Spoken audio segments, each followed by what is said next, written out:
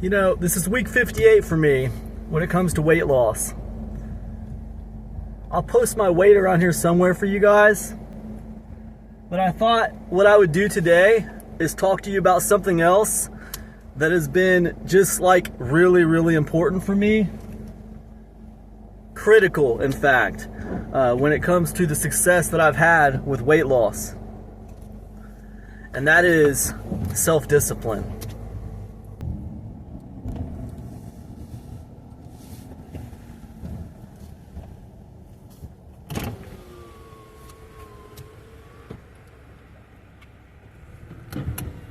When I first got started with this 58 weeks ago, I was not a man of self-discipline. I can tell you right now, I wasn't. The reason I started taking things a little bit more seriously is because I was having back pain. So my original motivation was pain. And for the first 3 weeks, that worked somewhat. But I was still cheating here and there. I was still trying to have a cheat day every 7 days. I was still slipping up, drinking sugar-filled iced coffees and apple pies here and there.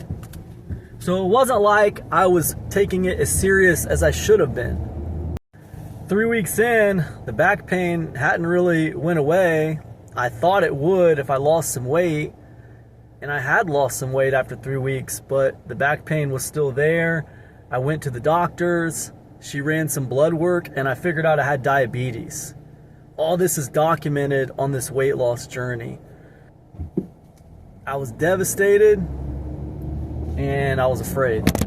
So, if you look at the first several weeks of my weight loss journey, it really wasn't about self-discipline. It was about pain and fear.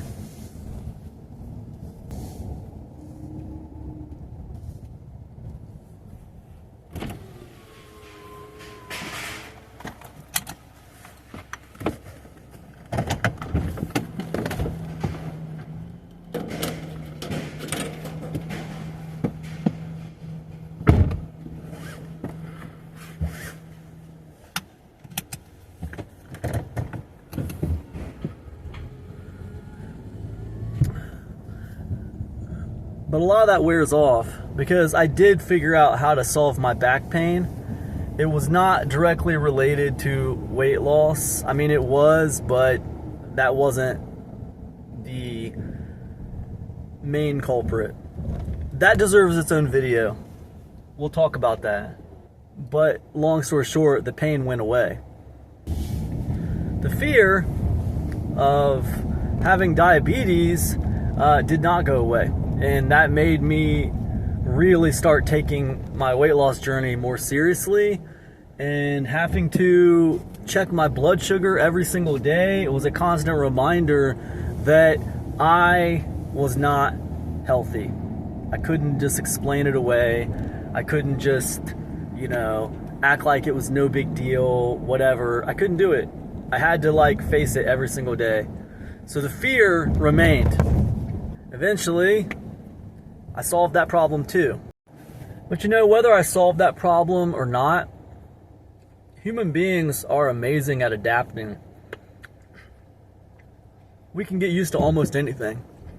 No, I mean, what I'm trying to say is eventually you either solve the pain or you get used to the pain, you adapt to it, and you get used to the fear. You find a way to not be afraid, no matter what. That's kind of how we are as humans. So now you're left with trying to figure out another motivation for accomplishing your goal to actually lose weight. And it's up to you to figure it out. What has been a critical ally for me has been figuring out this superpower that anybody can tap into. And that superpower for me has been self-discipline. I'll try to give you some little pointers on self-discipline because it's not, easy. The first one that I would say is there's a great book by Jocko Willink called Discipline Equals Freedom. Fantastic book. Helped me a lot with self-discipline.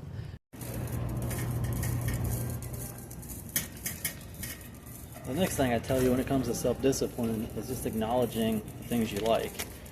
I acknowledge that, a pepperoni pizza is better than a carrot. I acknowledge that a candy bar is, better than an apple with peanut butter.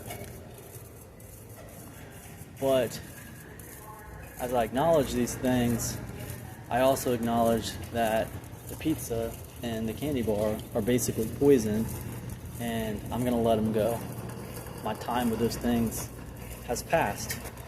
The third thing I would tell you is, and this is really important, and I don't know why I didn't think about it, but self-discipline is a muscle, all right? It's a muscle that you can grow.